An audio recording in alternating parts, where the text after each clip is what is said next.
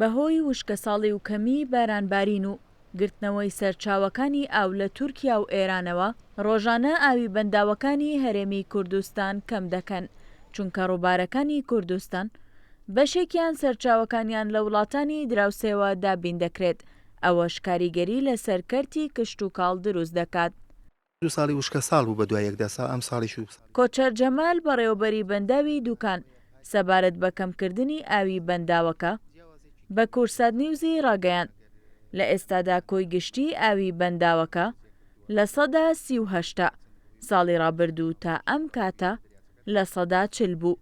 بەوەش لە سەدا 2 ڕێژەی ئاوی بەنداوەکە کەمی کردووە بە جۆرێک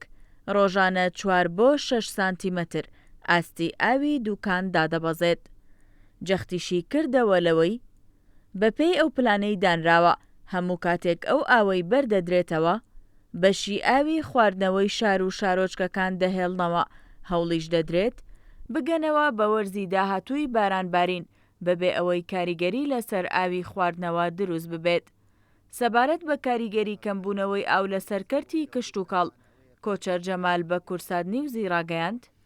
بەردانەوەی ئاو بۆ کشت و کاڵکردن ناگاتە شوێنە دوورەکان بە تایبەت کەرکووک و ناوچەکانی خوارقەزای دووبس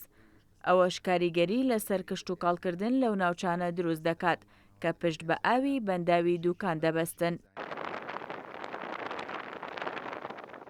قەیرانی ئاو ساڵانێکە بەرۆکی عێراقی گرتووە و دەیان دانیشتن و دانوستانی نێوان نوێنەرانی عێراق لەگەڵ نوێنەرانی تورکیا و ئێران بەڕێوە چووە و ئەو کێشەیەیان یەکلایی نەکردوتەوە و کۆی پرۆسەکە بە هەڵپەسێردراوی ماوەتەوە. حکوومەتی عێراقیش هیچ وەڵامێکی ئەرێنی دەست نەکەوتووە هاوکات ئەو وڵاتانە پرۆژەی ئەو بەنداوانەیان ڕانەگرتووە کە کاریگەری گەورەیان لەسەر بەشە ئاوی عێراق دروست کردووە.